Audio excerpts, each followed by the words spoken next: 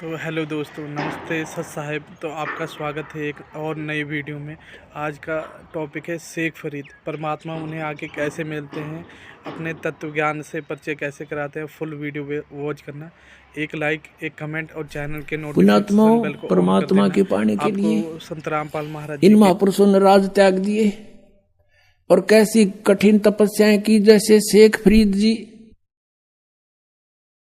परमात्मा की ट्राई के लिए घर त्याग दिया, परमात्मा की प्राप्ति के लिए।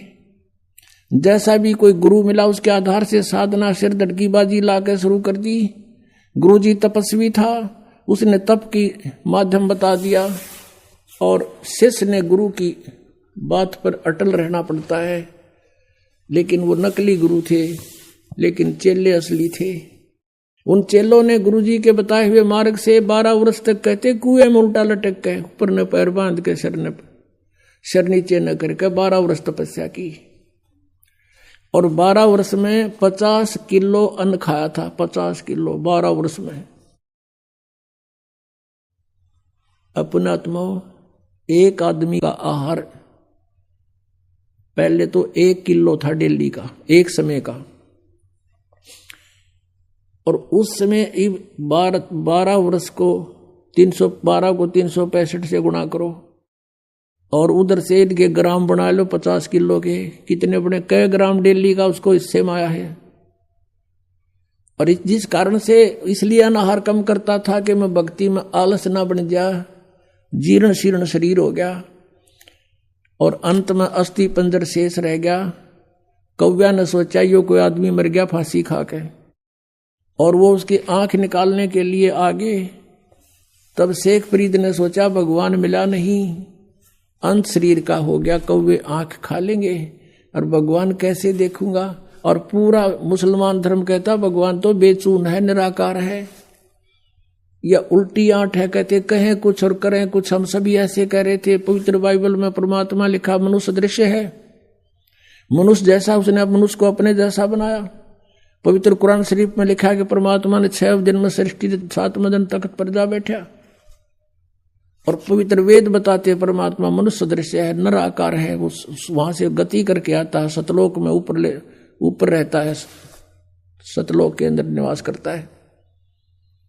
और फिर भी हम सारे रट्टा ला रहे हैं भगवान निराकार निराकार का।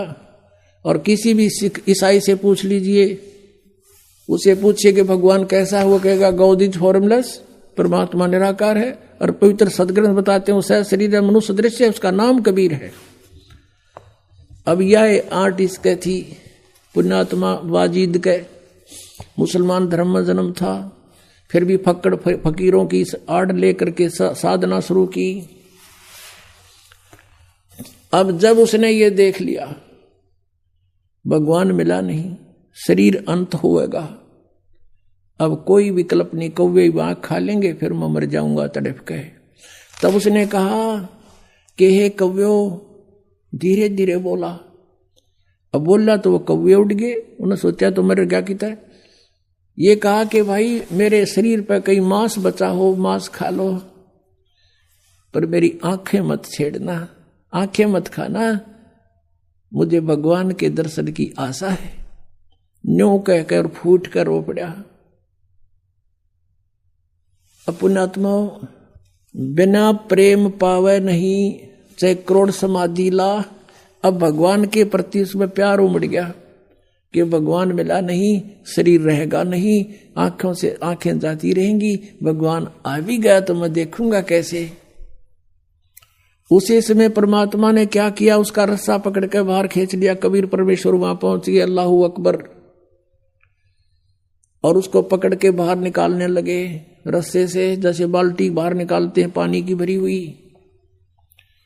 शेख फरीद ने सोचा, क्योंकि पहले कोई शरारती रास्ते चलते बालक, गवाले पाली, भेड़ बकरियां चराने वाले शरारत कर देते थे, उसके रस्से को पकड़कर ऐसे हिलाकर छोड़ देते थे। वो कभी कुएं के इधर लगता था जाके, कभी इधर, और अपने हाथ से सिर को करके बचाव कर लेता था, बच्चे भाग जाते थे। उसको मालूम था कि शरारती शरारत करके चले जाएंगे। अब उस दिन सोचा कि ये कोई अच्छा कम बख्त आया, इसने मैं बाहर निकाल